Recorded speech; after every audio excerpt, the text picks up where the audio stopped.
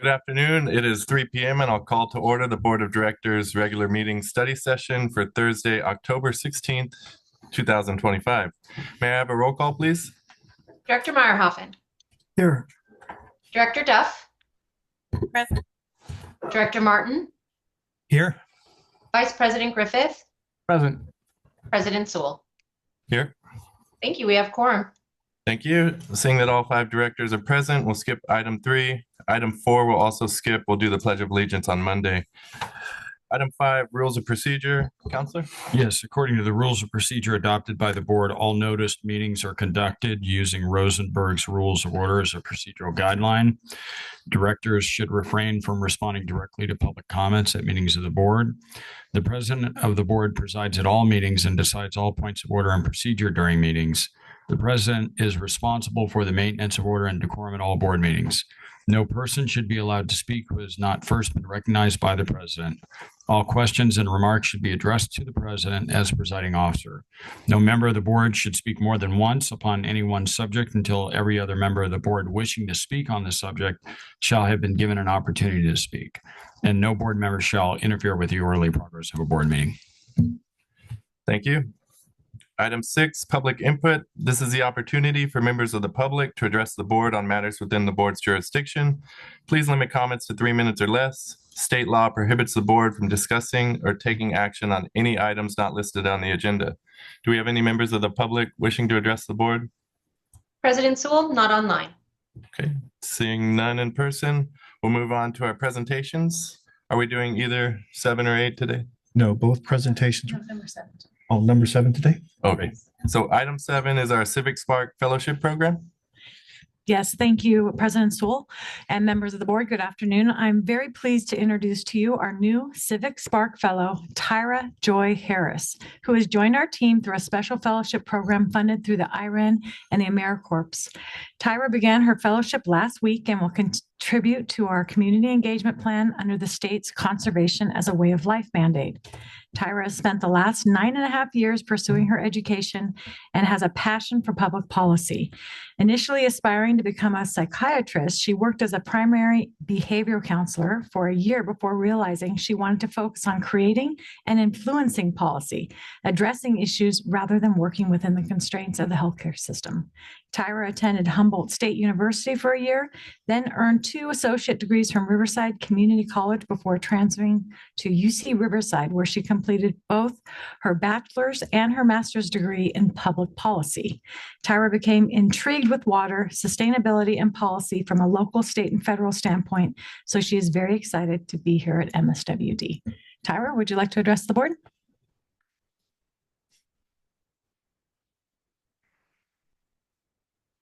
Hello, everyone. Good afternoon. Thank you so very much for having me here today. I look forward to working with you all and helping to achieve MSWD's conservation goals. Thank you again. Great. Thank you. Welcome. Quick picture. Sure.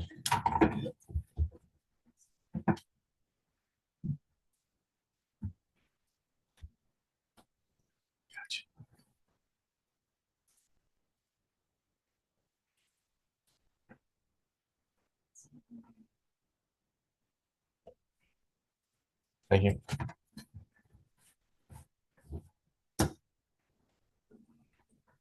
How long is the program? She'll be with us? She will be here for 11 months. Wow. Yes. Great.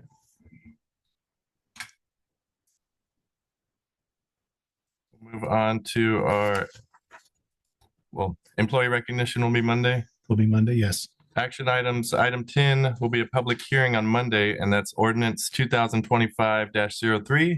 That's updating the rules and regulations for sewer service. General Manager? Actually, item 10, staff would like to pull item 10 from the consideration on the board meeting on Monday. Staff will be reissuing the public hearing notice to incorporate changes from the fats, oils, and grease program. So in November, staff will be presenting an ordinance amending both Articles 7 and 11, which are fats, oils, and grease interceptor and enforcement. So we're going to bring this item back in November. We only wanted to change the ordinance once. So instead of going over for 2 meetings, we're just going to do it 1 in November. And can I ask a question? Sure. Were we not going to change the public hearing notice in the newspaper? Yes, yes. Because this one is just like the original It's- one. Yes, it's the old one, and that's one.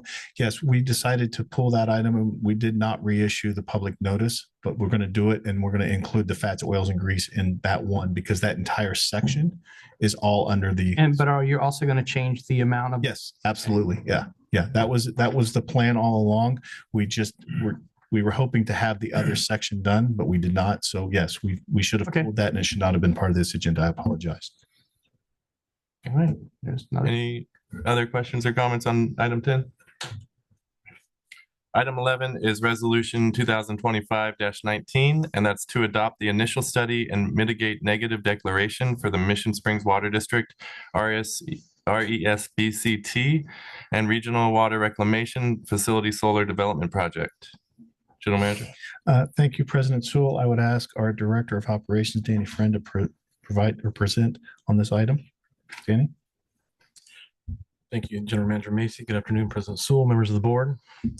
We actually are going to cover this item in full detail on Monday. That's when the board's going to take action. So that's consistent with the CEQA requirements. But what I would like to cover today is just a little background as a reminder of where we are today with the project. As you know, that the solar project that we've been contemplating has been reduced to 3 areas. The one area that's currently under construction is the Horton wastewater treatment plant site. A notice of exemption was the CEQA process to move forward with that.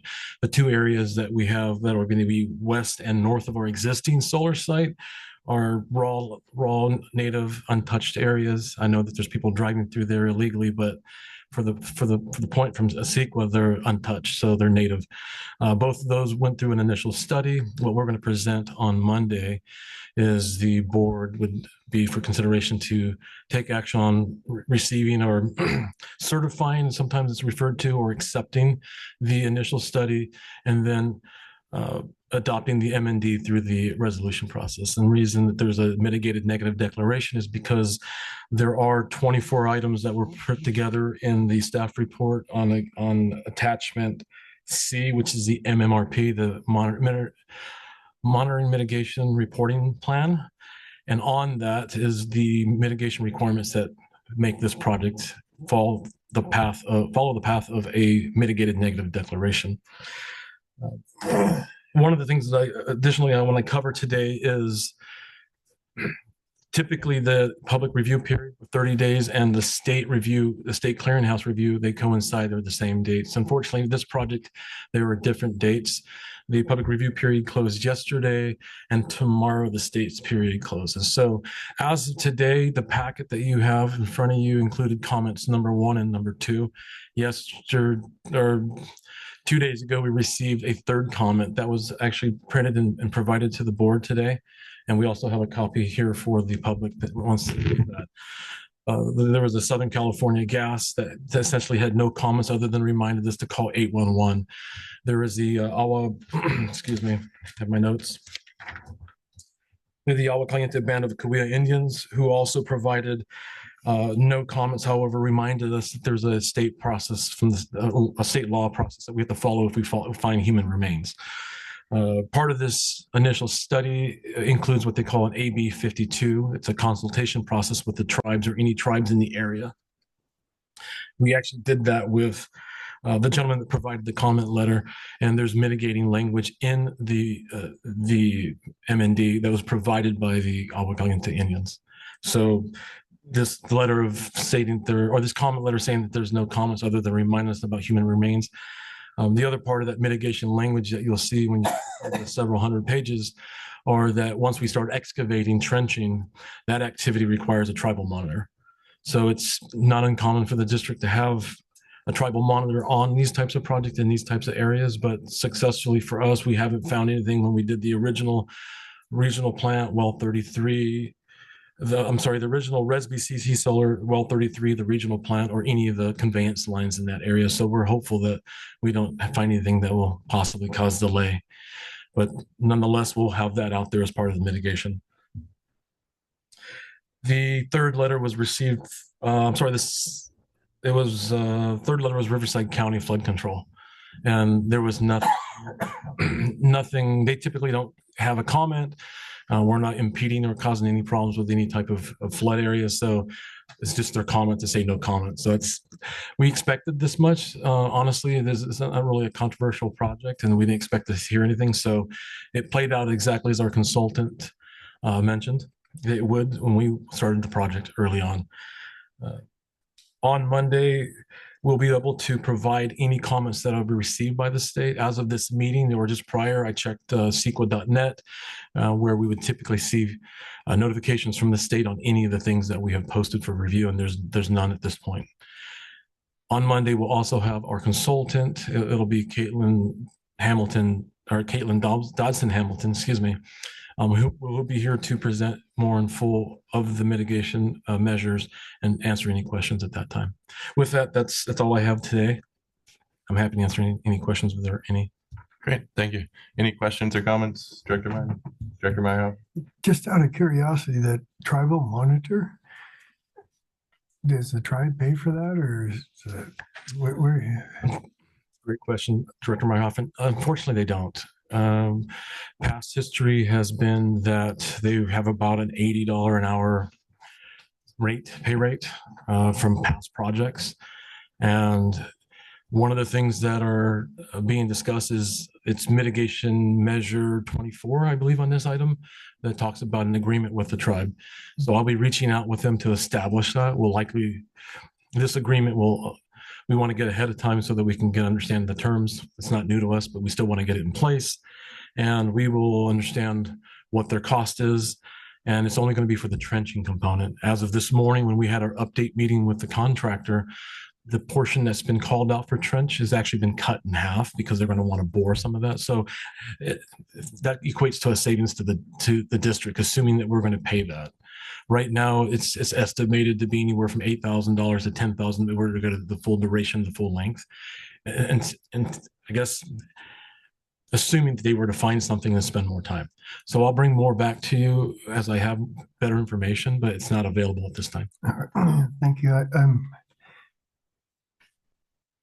just kind of concerned that, we get grant money and this project wasn't supposed to cost the district any. I think there was a little bit of cost for us for the solar project.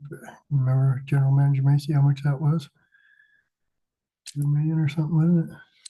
I may have missed the context of the question. Can you ask that again?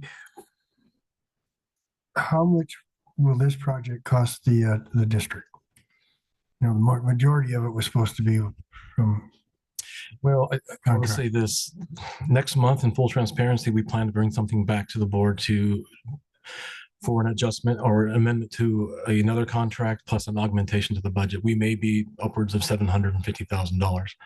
At the end of the day, I know that we've always said that this project wouldn't cost anything from the standpoint of an $18.5 million project that we're contemplating to where we are now with virtually almost zero risk in a sense. That'll probably bite me later when I say that, but very minimal risk. Yes, we'll have costs, staff time, but when we want to look at what the cost includes, we knew that when we put the contract together that the contractor wasn't responsible for CEQA. We're the lead agency, and that's been consistent with every project we put forward. So it's unfortunate on staff's part. I apologize if we ever gave the impression that there would be zero cost spent, but yes, we have staff time to monitor and manage contracts to move through the actual CEQA. At the end of the day, we may be upwards of $750,000. That's not so bad when you're talking $18 million.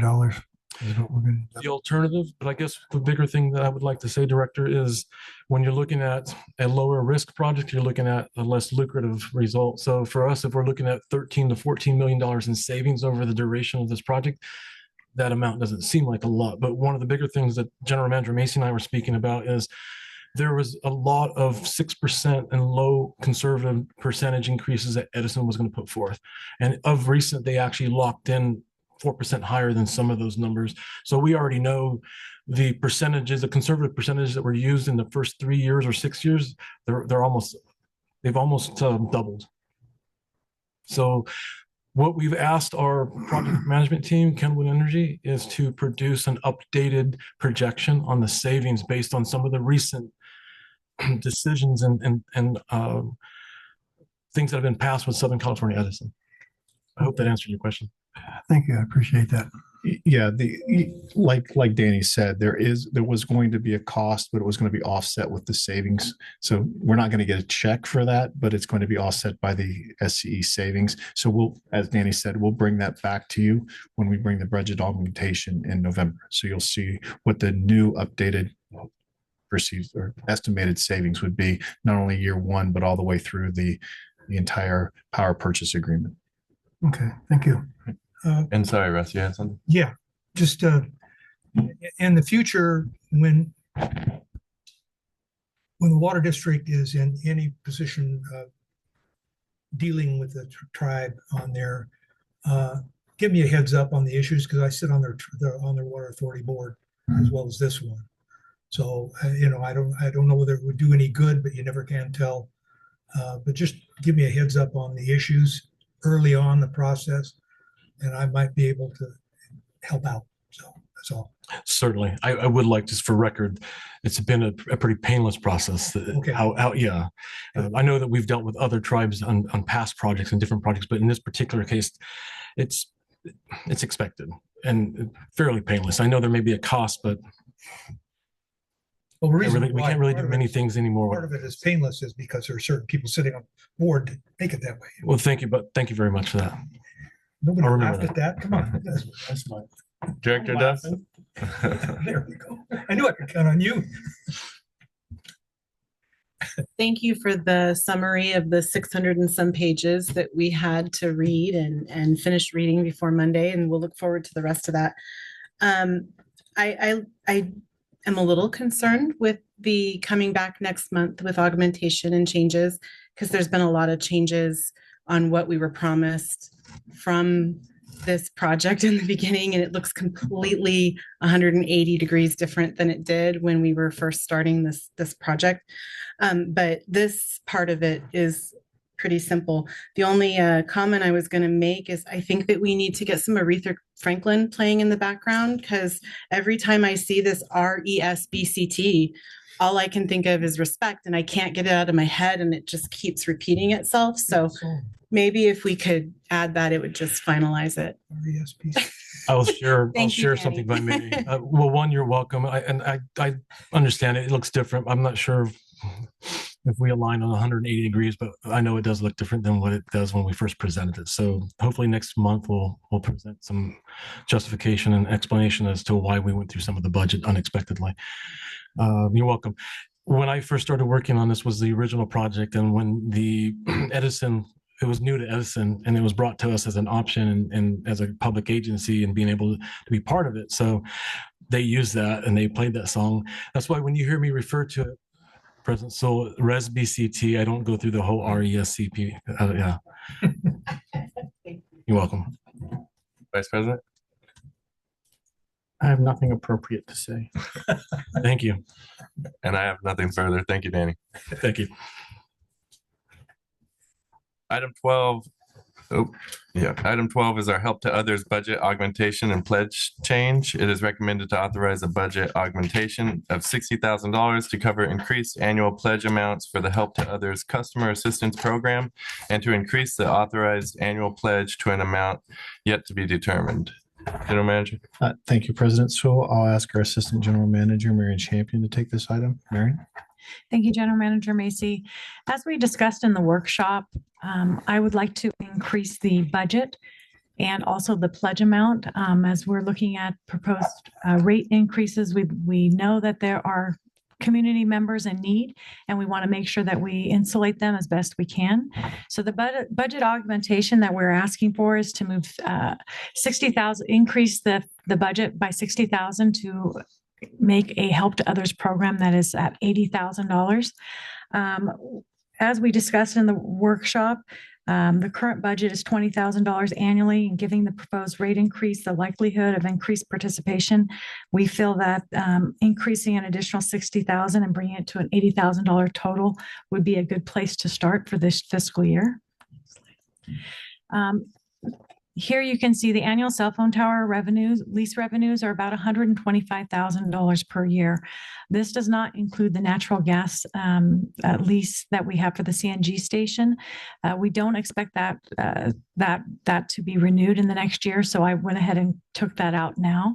Our current Help to Others program is about $20,000, and then we have budgeted for sponsorships, employee events, parade expenses, and that type of thing, another $25,000. So you can see that with that, we would still be underneath the annual $125,000 should we, and still have a cushion. One of the questions that was asked during the workshop, I'm going to go to the next slide. One of the questions that was asked during the workshop was about the class action lawsuit and the unclaimed funds. We sent over $13,620 of unclaimed money to the United Way program. And that was back in February of 2024. When we looked at all of the funds that we had provided to United Way, and then we offset it by all of the funds in previous years, we have about $972,000 after expenses that are unrestricted funds that have been put into our reserve funds.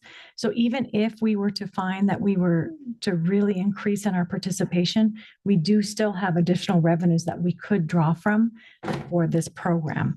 When we look at the number of participants, I looked back and fiscal year 2022 with 197 households, that still is our largest number since 2017 of participants. And I think that number is a little bit misleading because that was right after COVID. We were coming out of COVID. And so we had done a big push, but there was also a lot of need within the community at that point in time. Go ahead, next slide. So that brings me to the pledge amounts. With all of that said, I do feel confident that we could safely increase the program to $175 easily. If the board was inclined to do that, we could double our participation within the program and still have enough within the $80,000 for their budget. And then my next slide, one more. Oh, and then I did want to also bring up, I guess I didn't save it on here. We did schedule the resource fair with the city. That's going to be Monday, the 27th from 6 to 9 p.m. and it'll be at the rec center. And the United Way is going to be participating with that event. And we've been adding additional sponsors as well. We've got the mosquito and vector control is going to be there. The United Way will be there in person to sign people up. We've got free vaccinations and several of the healthcare districts that are going to be there. So every day it seems like there's another group, including, I think today I just heard that Food Now is interested in participating. So it should be a pretty good event on that day. But that is my recommendation, is to like I said, to increase to the budget by 60,000 and bring it up to an 80,000 total, and then look at either increasing the pledge to $175 or whatever the board feels most comfortable with. Okay, thank you. Director Duff, comments or questions? Quick question. If our other public hearing on rates were to go through, what was that annual amount, sewer and water included, that it increases? So for the first year, it's a little over $7 per month. Per month? And that's sewer and water? Sewer and water, yes. $3.59, I believe, for water. Okay. And, yeah, but it's like 703, 704. Okay, thank you very much. Vice President. Thank you for the information. I like the 80,000. I like the 150. Director Martin? Director Martin? I'm still at the 150 myself. And I know how important it is for people to get help. I remember 25 years ago or longer that I would once in a while miss a meal to have the money to pay my water bill. And since that time, we've gotten more programs that help people out so they can afford to pay their bill. My question is now, what was the average amount of money that was pledged for each household that needed help? Do we know that number? So we do a straight amount of our pledge. I know some of the other agencies like Catholic Charities and things like that, they'll do whatever people are in the rears. But our pledge is a straight $100 as it is right now. So they get $100 towards their bill. If they have less, if they owe less money than that, that money would then just roll over to the next month. Okay. So how many families that took that $100 pledge actually needed more than $100? I couldn't tell you that, but I would venture a guess to say that there are probably families who need a lot more than that. Typically, though, when they need more than the pledge amount, we do refer them to other agencies. In the past, we used United Lift. They helped a lot of people who were in need. But in general, there's Catholic Charities, there's the Jewish Family Services Center, and there's other resources within the community. Also, when they sign up for the United Way for the Help to Others program, the United Way has additional programs that can help them in other areas. And so that is also additional funds that they can be eligible for. So I think a couple board members and myself are at 150. You are saying 100, you would like to see it, your recommendation is 175. How did you arrive at that recommendation of 175? I'm just looking for more than looking at past the first year of rate increases. I was really trying to look at that $7 per month and how can we offset that. But I am comfortable with 150 as well. And that just means I get to go out and market the program more. So I'm all for it. Okay, thank you. And I guess just to clarify, you don't even have to have a delinquent account to sign up for the program. That is correct. Typically, though, we will market it to people when they are in the rears. That's when our customer service team typically will proactively promote it. I am looking to see if we can do a little bit more proactive promotion, though, moving forward. Good. I had one more question. Does the program allow business customers or customers with business licenses to use this? I don't want struggling short-term vacation rental homes to be able to qualify. I'm going to be really honest. I think the problem we would have is that most of our short-term rental accounts are going to be coded as residential accounts. They're probably not going to be coded as commercial. That is something we've had some internal discussions about. And that's one of the things that we'll be looking to do when we're doing our reclassification for the state is maybe doing some cross-referencing of that. There's been some discussions, but I need to get some more information before I can promise you that that is when. I mean, I would hope their finances wouldn't qualify. I would hope that they wouldn't even be allowed to waste the time of any of the entities. That's all.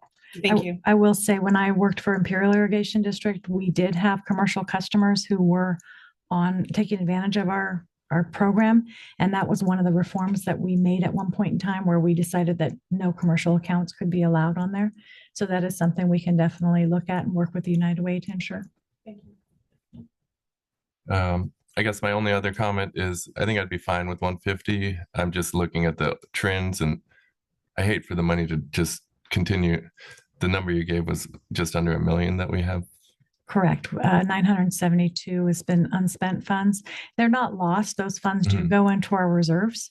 So we can use them, as unrestricted funds, but it is nice to put it where it's needed. At the 150 mark, I think it's over 2 times more than we've ever had enroll for the program that we'd be able to give to. I think if our rate adjustment does go through, I'd like to see us just kind of keep an eye on it. Maybe it could be something in the general manager's report just to keep kind of a running tally. And then come year 2 or 3, if this rate increase does go through, we revisit it. I think that's a great plan. Okay. To follow up on what our president said, would it be better to wait until after the 218 process to know how much money would be a recommended amount for reimbursement? Because it might need more, might need less.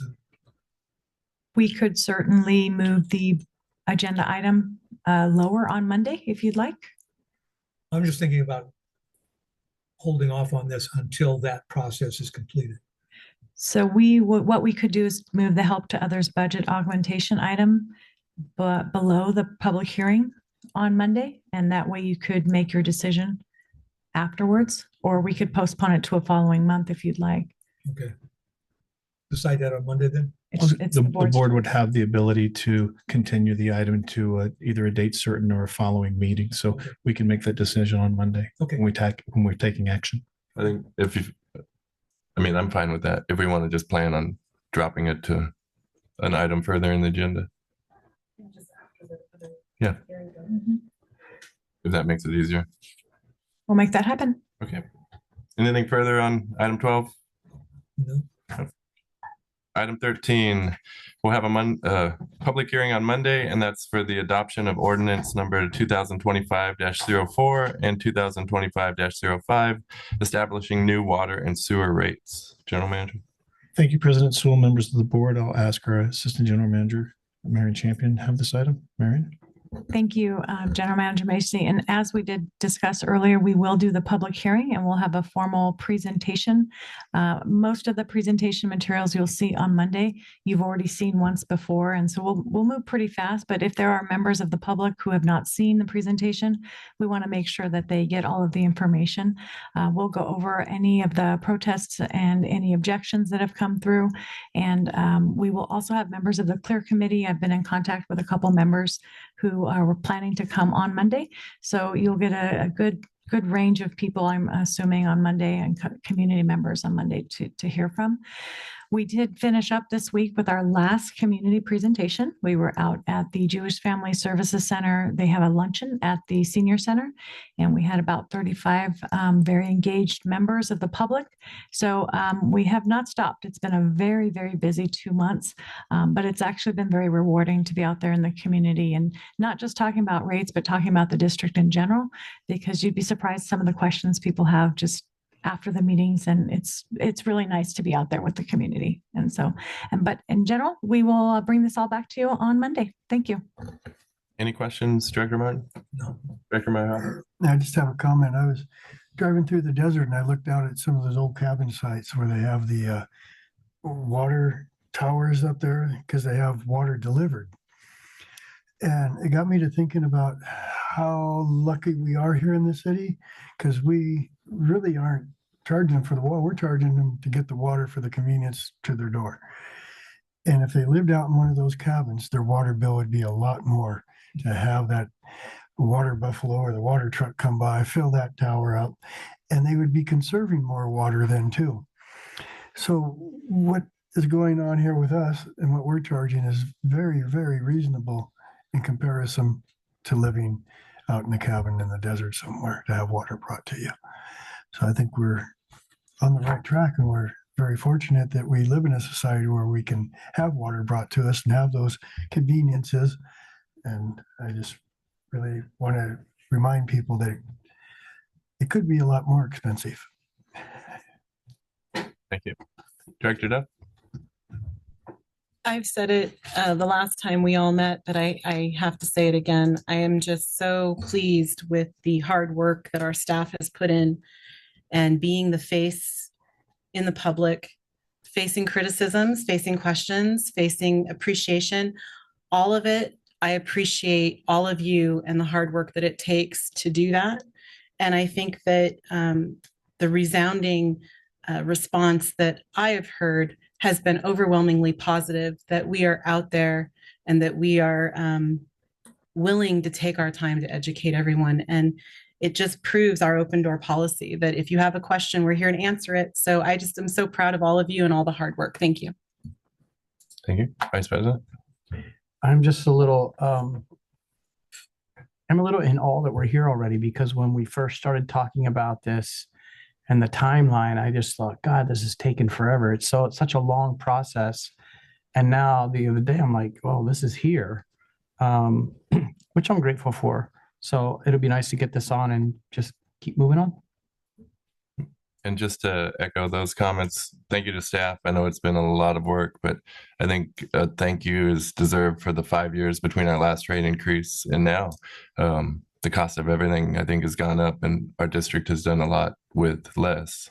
So, yeah, thank you very much.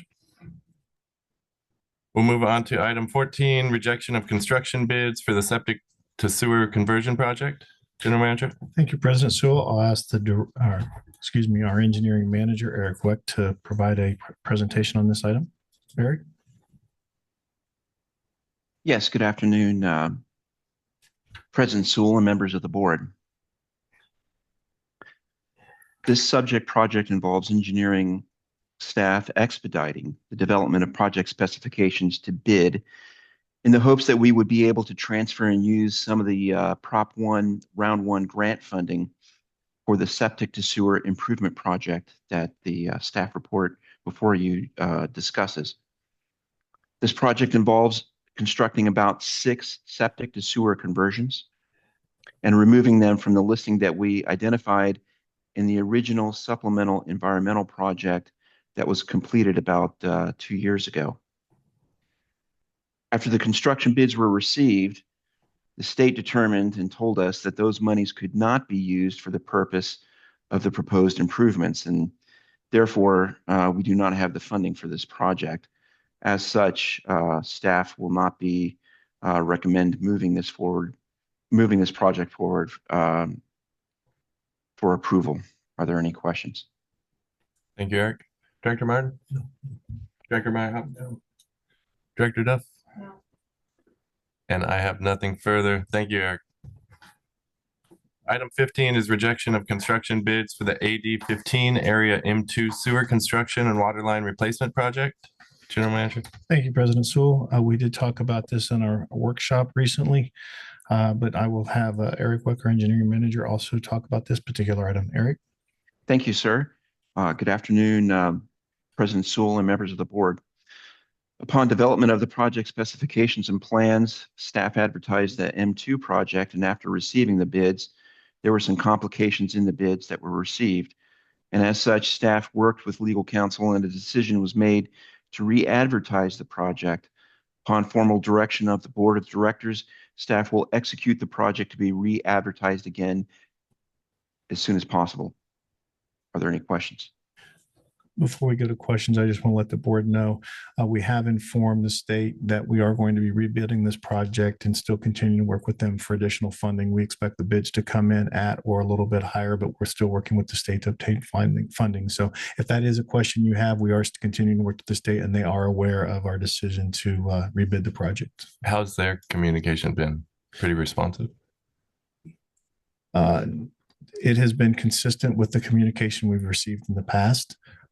We're trying to continue to work with them as much as we can, but at times it's a little bit difficult to get quick responses. But right now, their first concern was until you have a bid project, to talk about the funding aspects is a little bit premature. So they wanted to see where we were at with this particular process, and then we'll continue to work with them because there's other concerns that we have, the roadway going around as well. So there's several different moving parts to this, but the bidding of the M2 is probably the most important at this point. So we will continue to talk with them and re-engage as much as we possibly can. There is a chance that I will be meeting with them next week if I can get it scheduled to talk about this.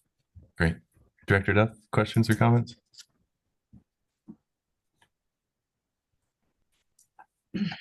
I should probably reserve my comments. I disagree with General Manager's assertion of what we're expecting to be returned.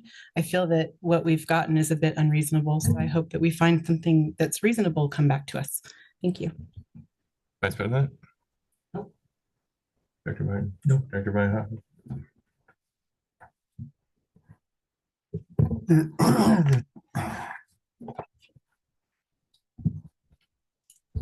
Are we going to lose any money with the state as far as funding going because this is being held up? I don't think it's a question of losing money. We're not going to lose the agreements in place and have been in place for multiple years. The issue that we're going to run into is, will they increase that amount to cover the entire septic to sewer? We're not going to lose the money there. I guess one of the options would be that we pare back the project to match the funding that is available. But we believe that once we get a project bid, a contractor signed up and moving forward, that there will be additional funding there for us. That's been some of the historical information we've been provided on other projects similar to ours. So we're still hoping that they will simply increase the funding and allow us to build the entire project and not reduce the size of the project to match the funding. And the two contractors that brought us to this point, are they going to be allowed to bid? They will be allowed to bid, yes. I'm really disappointed. And I understand how their emotions got going and how that it's easier to blame somebody. But as far as I'm concerned, General Manager Macy, it's up to you and Mr. Friend on who you guys really want, who you've been working with. And if you feel comfortable with the others, I'm fine with all that. But knowing that it is a publicly bid project, we do have to take the best, lowest responsible bidder. So in this particular case, that we could not determine that based on the information was provided. So weighing the risk of moving forward with any contractor in this situation was the driving force for us rejecting all bids and moving forward with rebidding the project. And I have nothing further. Thank you. Item 16 is adoption of MSWD unclaimed property policy number 2025-08. General Manager. Thank you, President Sewell, members of the board. I'll just give a very short presentation. This was also discussed in our workshop back in October. Next slide, please. Yeah, the intent of this policy is to establish guidelines for taking possession of longstanding unclaimed monies in accordance with the California Government Code Section 5050 and 56. Just to quickly summarize what the policy states and how we will manage the process.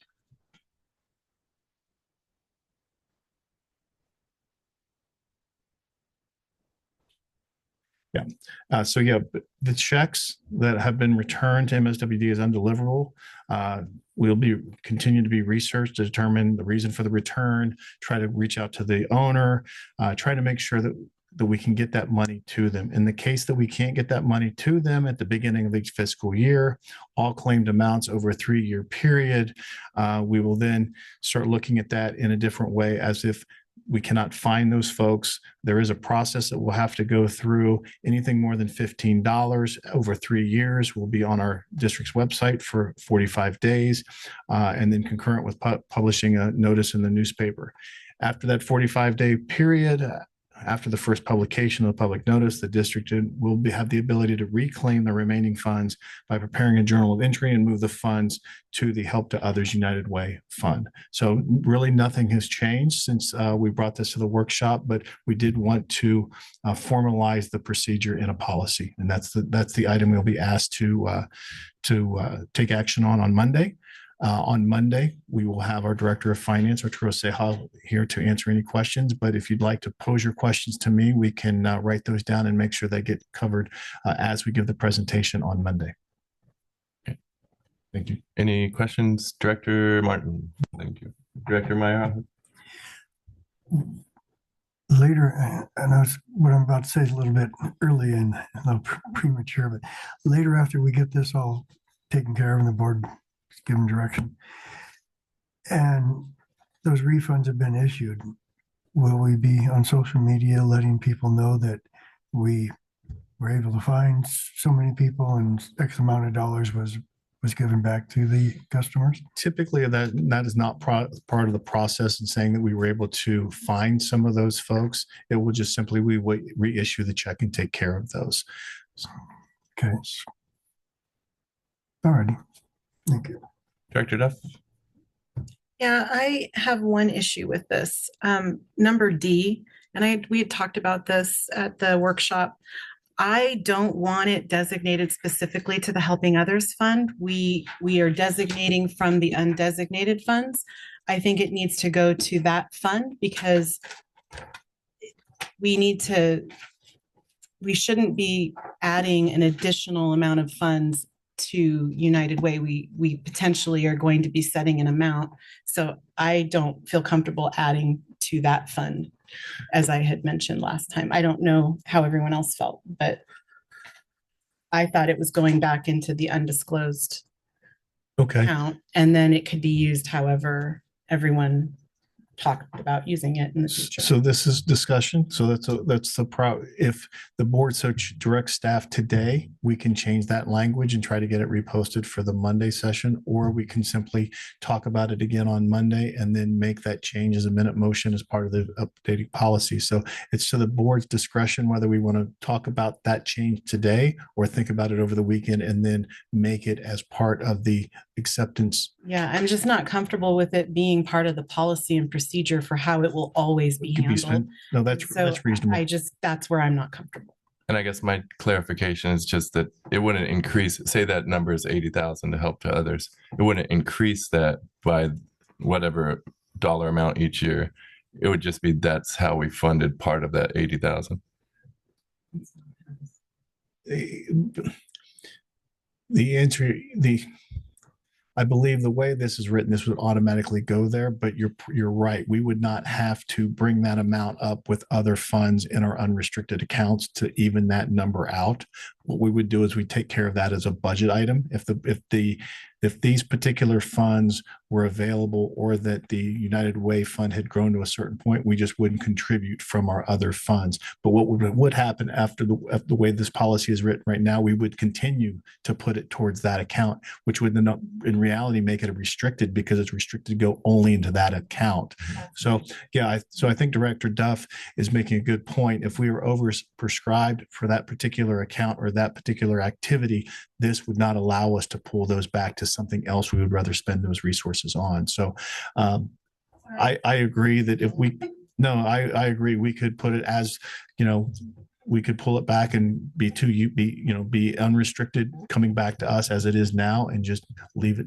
We could stop the sentence at that particular point that would become ours. I think that's the best process. I think the reasoning maybe more was just that money.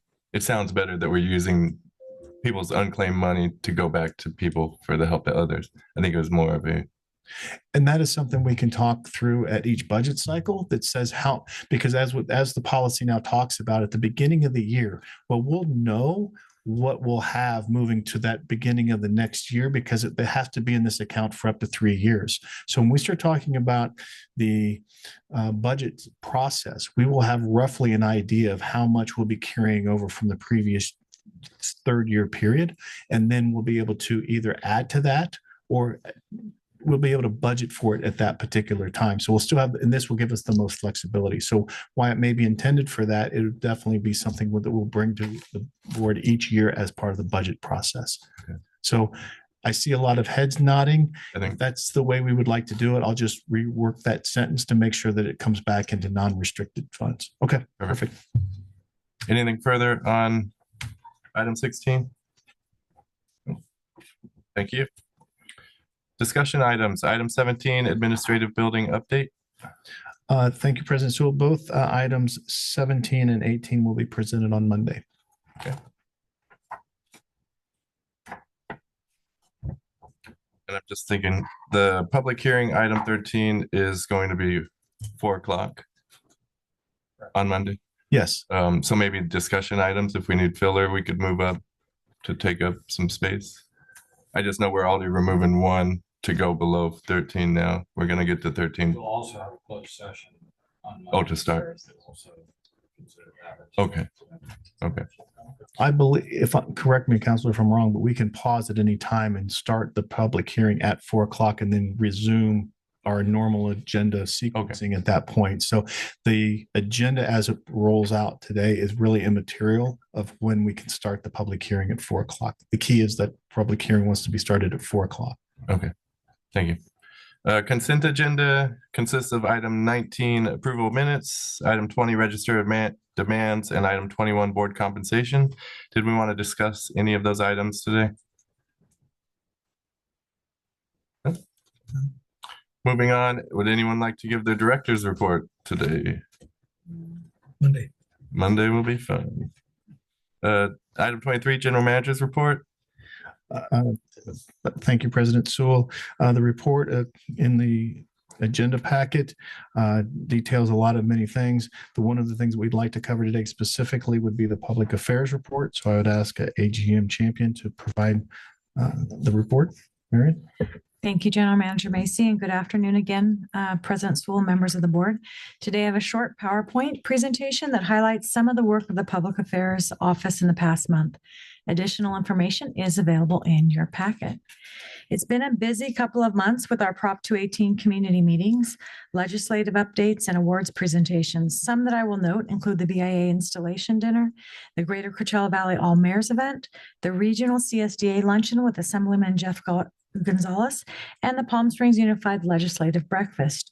Not to mention, we've been out in the community with information back and forth to for back to school nights at Two Bunch Palms Elementary, where we reached hundreds of families. And we also hosted a special table on October 4th for the History Speaks art sale at the Historical Rock House. I'd also be remiss if I didn't touch on all the community meetings we've attended in the past month talking about Prop 218 and our rate making process. We have reached hundreds of residents during these talks with HOAs and groups such as the DHS City Council, Women's Club, Senior Center, Rotary, Skyborn HOA, Vista Montana HOA, Historical Society, Friends of the Library, Jewish Family Services, and more. I'd especially like to call out the management team, including General Manager Macy, Operations Director Danny Friend, Finance Director Arturo Ceja, and our Public Affairs Specialist April Scott, who collectively have been at every meeting with me, showing support and answering questions and providing valuable information to our customers. Looking to the future, I don't expect anything to slow down. We will have a booth at this weekend's Senior Wellness Expo being held at the Senior Center. We will also be hosting a live stream blood drive on October 22nd. There are appointments still available, so I encourage anyone who's able to donate to do so, as their contribution could potentially save the life of someone in our community. We also have the DHS Resource Fair that I mentioned earlier on October 27th, and we will also be participating at the Rotary's Happy Healthy Halloween event. November and December are already filling up fast, so please review Dory's event calendar for more information. I also wanted to call out that several of our news releases and stories have been picked up in the last month in local media, including the Yukon Report, El Informador, and other online and social media forums and pages, with topics including the APWA award we received last month, the calendar contest, and Director Russ Martin's appointment to the Aqua Region 9 Board of Directors. Earlier on, you may have noticed in some of my slides that I mentioned participating and sponsoring two Palm Springs Unified events during the past month, including the Foundation's annual gala and the annual legislative update. This goes hand in hand with what we are doing on the ground to support our students, like those in the Real Academy. I'm pleased to report that last week we finished the fall internship program with the students you met 2 months ago.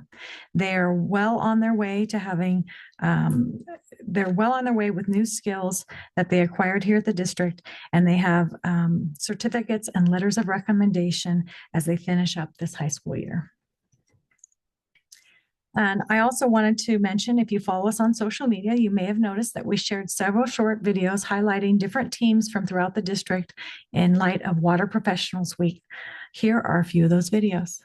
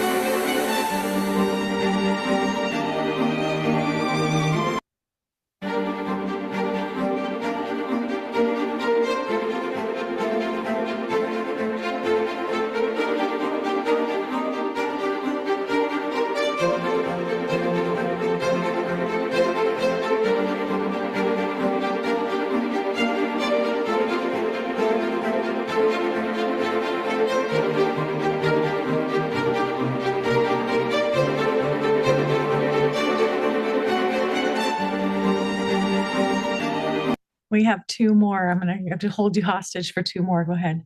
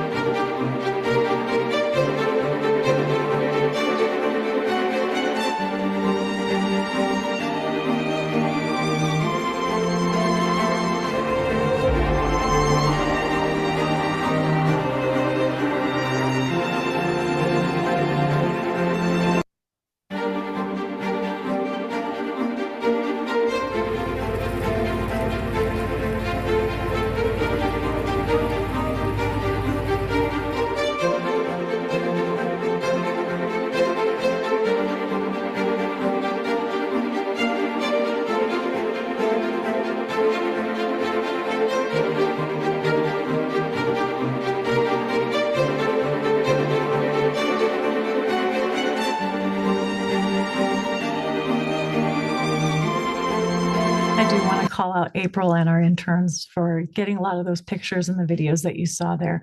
And that's all very recent footage. It's a good reminder to us that our customers don't get to see what it is we do every day. So these kind of videos are really special to us. And lastly, not second to last, I want to mention our Water Matters newsletter went out again this month. Last month, we highlighted Emergency Preparedness Month, the APWA Awards and the CSDA Award, our October Resource Fair, October Blood Drive, and the MSWD rebate offerings. This month, we've got a Save Your Pipes, the Aquan Region 9 election results, a Classroom to Career, Growing Our Own, which is our internship program. And then we also highlighted our Smart Controller rebates. And here's last but not least, I did want to let you know that Laura and Rosanna have been keeping us up to date with events and happenings in both Washington and Sacramento. A few important ones that I'll note. On the state side, the governor did sign SB 394 Allen, which will allow local water agencies to adopt an ordinance with enhanced penalties for water theft from a fire hydrant. Additionally, the bill removed the 1-year reset on existing penalties for the third and additional violations for water theft committed via meter tampering and other methods. And you guys will remember that MSWD was on the ground floor of this when it first got initiated. So we're very pleased to see that it's now been signed by the governor. We also on SB 466, which was the Chromium 6 liability bill, which will shield water providers from costly third-party lawsuits while they work to comply with the new Chrome 6 drinking water standards. SB 454, which would have created a PFAS mitigation fund to help water and wastewater agencies pay for treatment of drinking water contaminants by PFAS. The governor returned this bill unsigned, stating that it was unnecessary because the Cal EPA is already working on this issue and that establishing a new program without a clear source of funding would divert limited available staff and resources. SB 707 and SB 827 deal with expanded Brown Act and also ethics trainings for board members when signed into law, and we'll be bringing you back some additional information on that. And then lastly, SB 105 moved forward, which will make provisions for the $3.2 billion of the $10 billion Proposition 4 to pre-appropriated to water-related categories. We did hear, though, from our IRWMP partners that because much of this funding is not deemed emergency, that part of the funding will need to go through the administrative review process and may not be available to districts until the 2027 timeframe. We are gathering more information about this, and we'll see how the different areas of the funds are being classified, and we'll continue to update the board as we get additional information. And then on the federal side, as you are all aware, we're still in the midst of the federal shutdown with no definitive end in sight.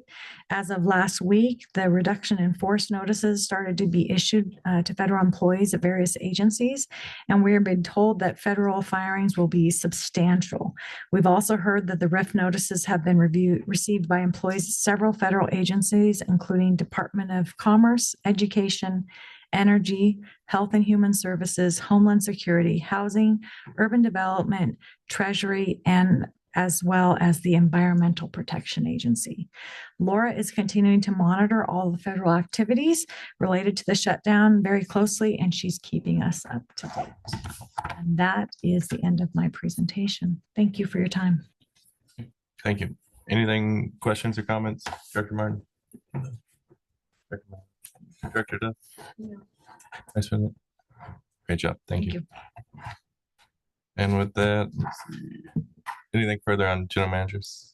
No, just we've mentioned as we go through the agenda that we will have a closed session item on Monday, but we will take care of that before we have the public hearing. Should not take very long, but it will be added to your agenda. So just not to cut you off guard. Okay. And it looks like we are missing a council comments. Did you have anything, John? Oh, okay. Okay. Great. Item 24, director comments and requests for future agenda items. Director Duff? Vice President? I think Monday might be a bit of a long meeting with maybe people here. So maybe we can use some of those unrestricted funds for some snacks for everybody. Noted. Director Martin? Yeah, I am always amazed and pleased with the effort that staff made, the efforts that Brian, Marion, the work that you've done is just remarkable, and our standing in the community is greatly enhanced by your work ethic. And some of the other people that are in there, April and stuff. I do want to point out one individual who's done a lot of work that frequently isn't recognized, and that's Dory upstairs. I look at this agenda and think about how hard, what effort went into putting us all together to make sure that we had the right information to make the right decisions. I never see a mistake in terms of the documents that are submitted. She just does a terrific job, and we're very lucky to have her and the other members of the staff that I mentioned. Thank you. Director Meyer? And I just have a thank you to staff and looking forward to Monday. Hope you all have a great weekend.